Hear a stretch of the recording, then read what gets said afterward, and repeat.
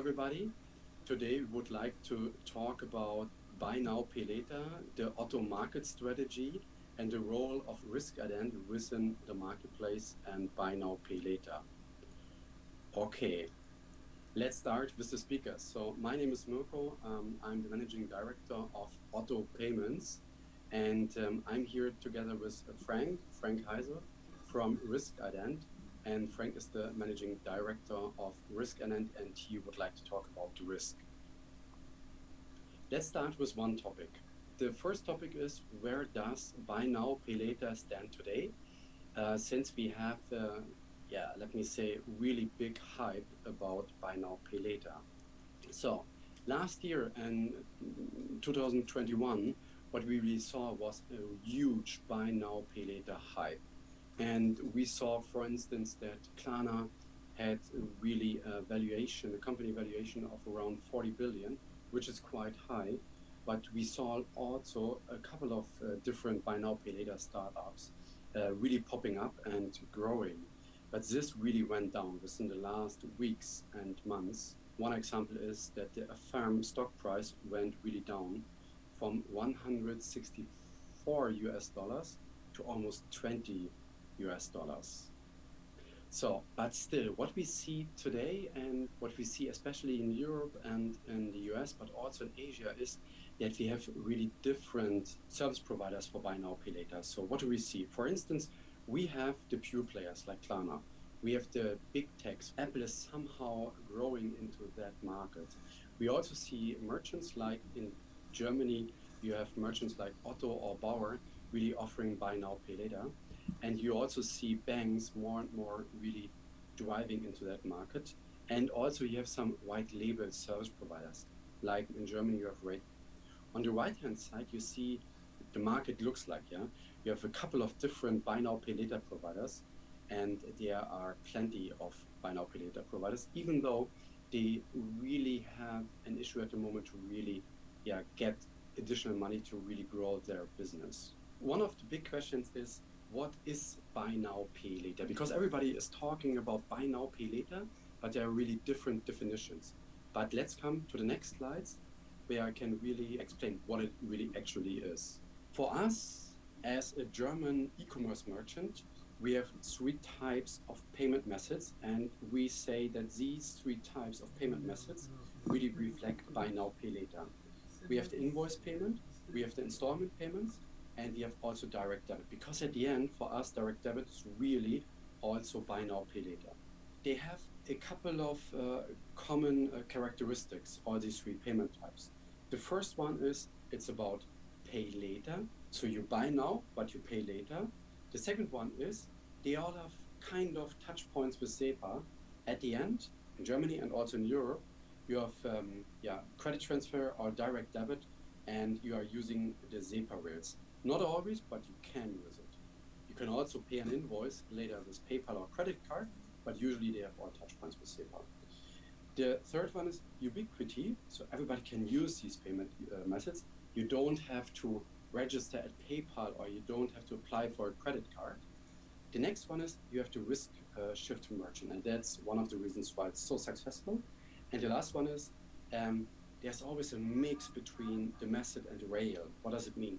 Invoice payment is somehow a payment method, but as a rail behind it, you are using SEPA credit transfer. You can use PayPal and also credit card to pay the invoice. And on the other hand, you see, for instance, direct debit is also a method and also a rail.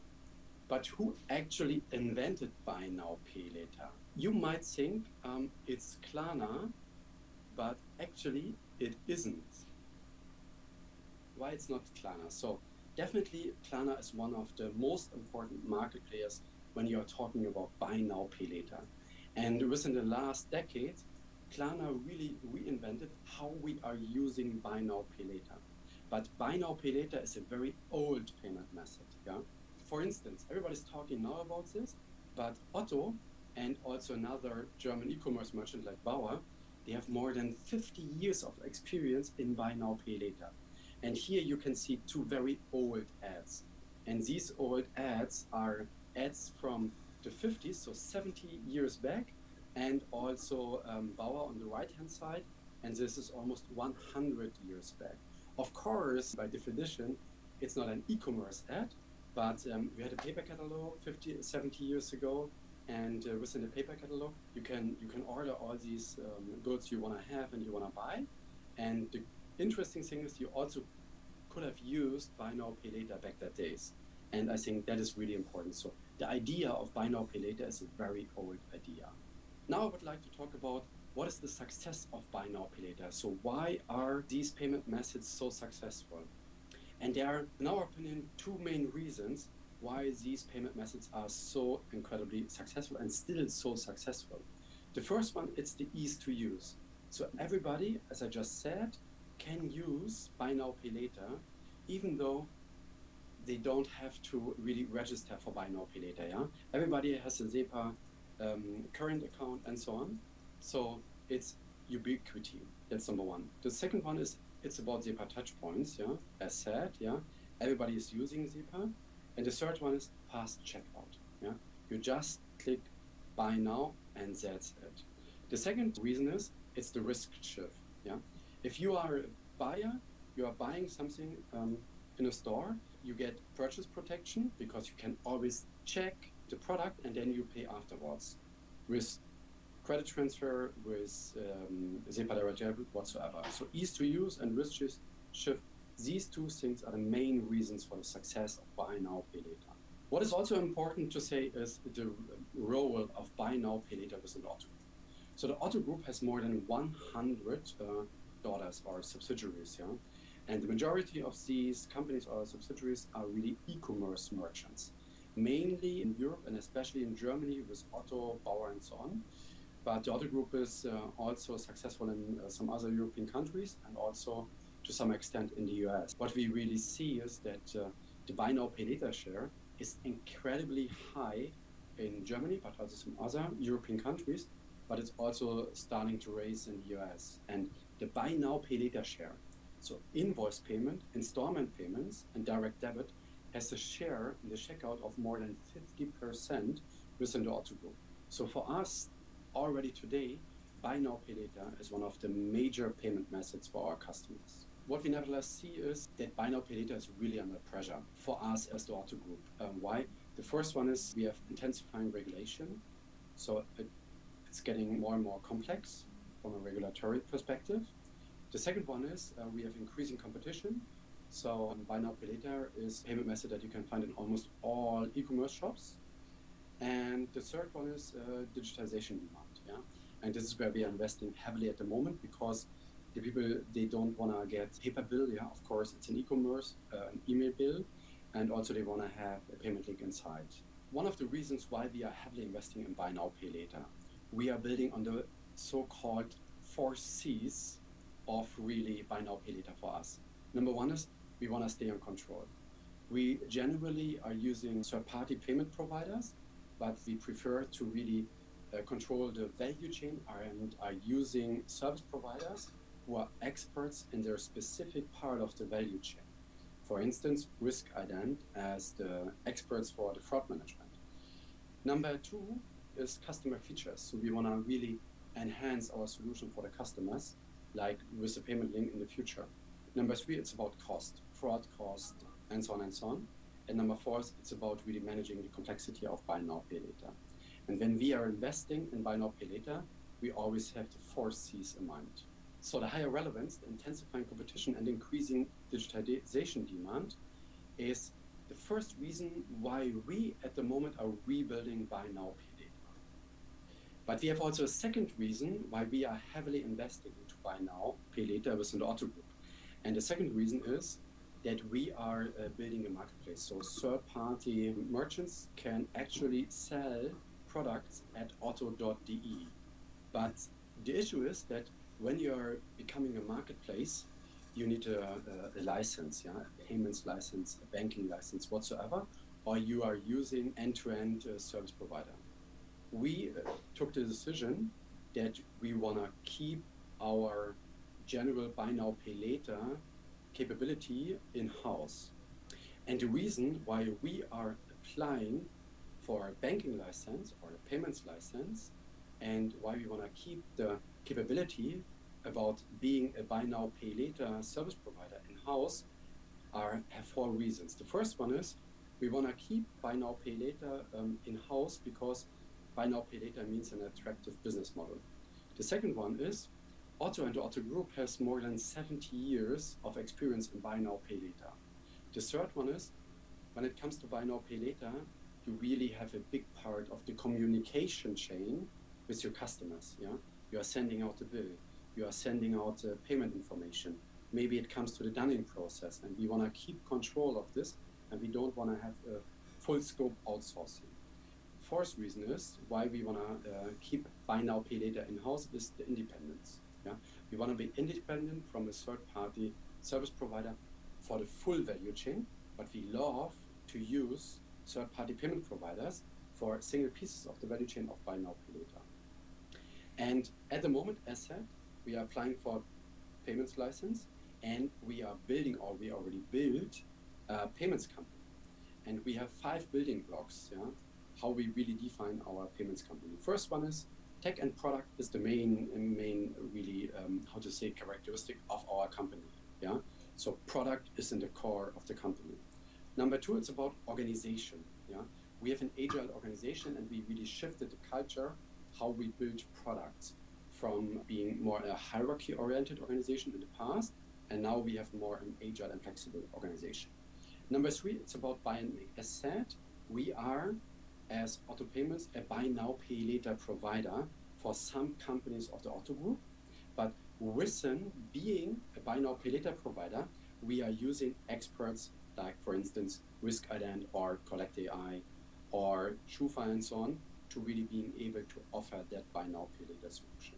The fourth one is it's about cooperation and competition. We allow third-party payment providers like PayPal and credit card, of course, being part of our payments organization. And the customer then can choose if they can either want to have the buy now, pay later from OTTO Payments, or if they want to maybe pay with PayPal or credit card. I think what is really important, so we are really investing heavily into our buy now, pay later capabilities at the moment.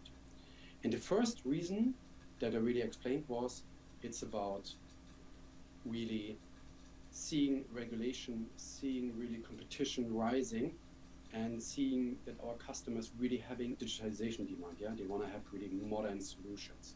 That was the reason number 1 why we are heavily investing into buy now, pay later. And there's the second reason why we are heavily investing into buy now, pay later. And the second reason is we are becoming a marketplace. And when you are a marketplace, you have to invest into a license. When you are investing into a license, you have to invest into the product. And these are the 2 reasons why we are investing into buy now, pay later. There's also one reason why we are investing heavily into buy now, pay later. And at the same time, it's a key success factor being successful in buy now, pay later, and it's about managing risk. Yeah. And now I would like to hand over to Frank. Thank you very much, Mirko. Once again, I'm Frank with Risk-Ident, managing actually fraud with OTTO for over 10 years. And yes, managing risk, particularly fraud, is a key success factor for buy now, pay later.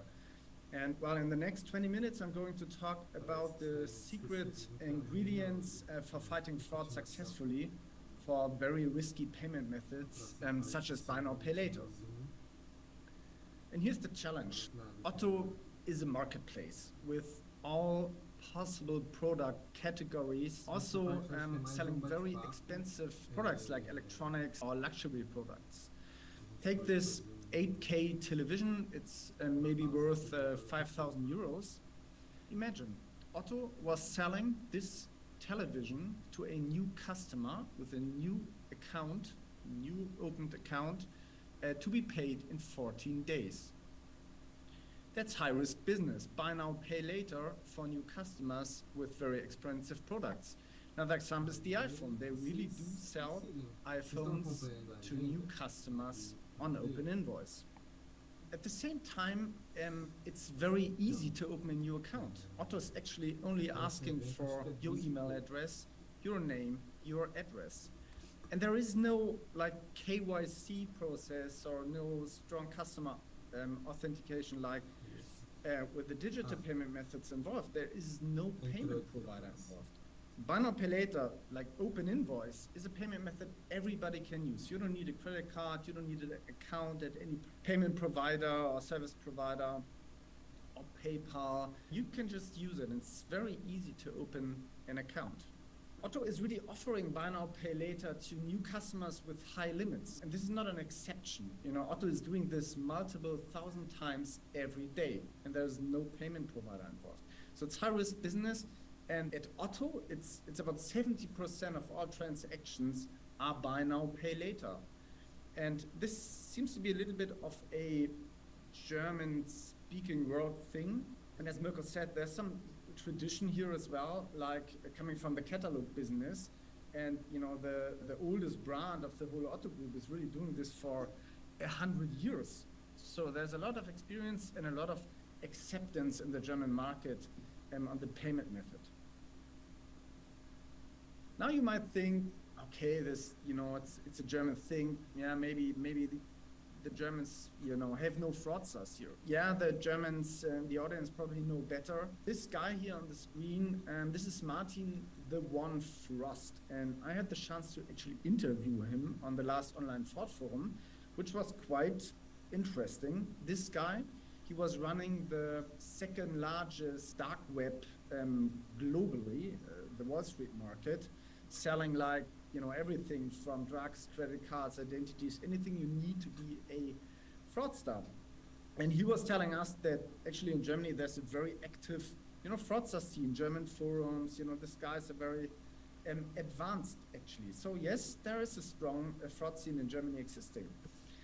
And then, maybe, we can do a lot of, things with data here in Germany. And again, this is also very limited. We are under GDPR, and Germany has traditionally actually a very strict data protection regulation. We're a federal system and also lagging behind digital transformation, actually. There's no central, public database existing. There are no exact identifiers for consumers. You might think, okay, if you do this high risk business, there's probably a lot of, people, effort involved.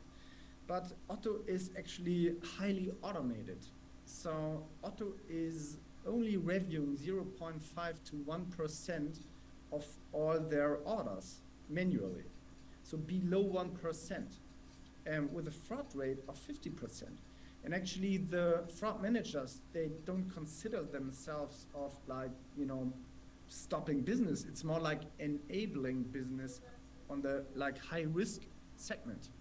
And if you compare this to, the global fraud and payments report from 2022 from the MRC, where we learned that in average 18% of all orders are screened manually on, other organizations asked, OTTO is very automated. Now, how is actually OTTO doing this? Managing, this high risky payment methods with a high degree of automation. And OTTO is a very complex business. It's a marketplace. You have like mixed shopping baskets, a lot of different products from different merchants in their grown systems over decades. So it's very complex. Now, number one, there are, very competent and specialized people working in fraud prevention from both Riskadent and OTTO. And it's really specialists here. We're talking about, network analysis, manual fraud prevention, fraud post-processing, pattern investigation, data scientists. Not talking about like super many people. It's just, the guys working for OTTO really do understand the domain and are specialists in what they're doing. And then fraud, prevention is not only, happening in the point where you actually do the payment decision. There are a lot of more events which are actually important before or after the payment decision. So the fraud managers at OTTO really think in processes end to end over the customer life cycle to fight fraud. So for example, if you had an order A, which might be green, and 5 minutes later you have an order B, which is red, and they're in connection with each other, yeah, obviously A might not be green anymore and you want to react on this. Actually, up to this point, at the very end of the process, where maybe the guy delivering the package can be stopped, right in front of the door. If you want to fight like fraud patterns like a refund fraud, you really need to understand your processes to use, all possible data and to design the processes also be fraud proofed. Which brings me to data. Of course, data are absolutely key. And OTTO is actually collecting any possible data point. So from capturing all the data from the customers, of course, all the data from the account, like the behavior through the web shop. Of course, they're enriching data. For example, with our device fingerprinting solution, Device Ident, but also other external sources. They frequently evaluate data sources to pick the very best sources for them. But there's one data point which is absolutely key if you want to manage fraud successfully, particularly buy now, pay later. And this is the performance information. So in your historic database, you want to have a label if an order was fraudulent or not, and you want to have this data current and you want to have it in high quality. Now imagine if you send this television to a person you don't know, and this person should pay in 2 weeks' time, but is not paying. What are you doing? You're sending, a friendly reminder, no payment, you're sending dunning letters, you try to contact, it takes actually months with an OTTO, the collection process. Then you hand over to debt collection agency, EOS in this case. They start at the beginning and doing the same, and it can take months until you get the final result there, which could then maybe mean, it was fraud. And this, of course, is much too late. So you need to have a different fraud definition and other mechanisms to create your ground truth for your database and to actually be able to make your machine learning algorithms learn from that, and also for your analysts to learn. So there are many, many ways to do this. One simple example would be you let maybe your best fraud managers randomly work on some 100 selected cases every day to decide fraud or no fraud, to create a quite current ground truth in your database for your models. And of course, this all can only work if you have the right tools here in place, to bring all the data together and to do the scoring, run your machine learning models, all this. But there's also one thing which is absolutely key important. And this is we have implemented a very sophisticated connection tool, bringing elements from an order in connection to other orders in the historic database. We're doing this over multiple hubs. So order A might be in connection with order B and B with C, but C not directly with A. And there's a lot of sophistication involved here to create very good connection features and actually connection graphs to work with. Well, how successful is OTTO, with all that, on the high risk business of buy now, pay later, where they fully take the risk with a high automation degree. It's actually quite impressive. I cannot give you the exact number here. I'm just not allowed to, but I can tell you it's below 0.3% of e-commerce fraud loss at OTTO. And if you compare this again to the results of the Global Fraud and Payment report from 2022, you can see it's quite impressive. Like in average in Europe, it's 3%, and even within MRC members, it's 0.7. And it's not like a German thing. Also, benchmarking it in Germany is quite impressive. I have some examples of very large organizations which have dramatic fraud problems. There was one telco, a very large one in Germany, like 5 years ago. They were very close on shutting down the online business because they got frauded so much. So this is quite an impressive result here. Now, why is OTTO doing all this? I mean, obviously they can, they're good in what they are doing. Why don't they use a buy now, pay later provider Why do they want to manage, all this fraud thing and stuff? And there are, some additional reasons on doing that. Obviously, one is, it's a very attractive payment method. At the beginning, we were saying, okay, it's only, name, address, email address. You are asked for, you don't need, a credit card or something like this. The consumers in Germany really like it. And buy now, pay later for OTTO is the payment method with the lowest costs.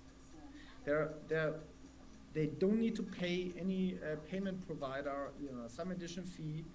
They manage fraud very successful, and the total costs, of ownership of all this on this payment method makes buy now, pay later payment methods actually the best cost-wise. And then this is also a very important reason for offering buy now, pay later yourself is as an organization, there might be reasons you want to play with your acceptance rate. So if you work with a payment provider, they might guarantee you a certain acceptance rate, maybe let's say 80% or something.